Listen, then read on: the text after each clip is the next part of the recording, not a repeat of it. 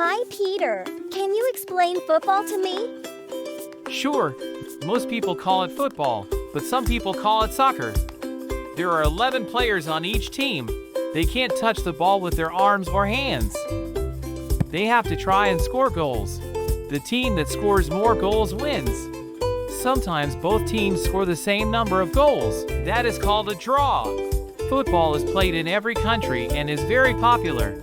There are teams for boys and for girls. That's so cool. Is there anything else? If you run with the ball, it is called dribbling. If you kick the ball to try to score a goal, it is called shooting.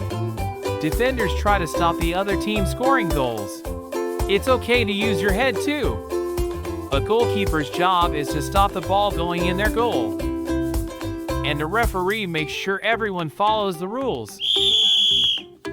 Thank you so much. Can we go and play football now? Sure, let's go.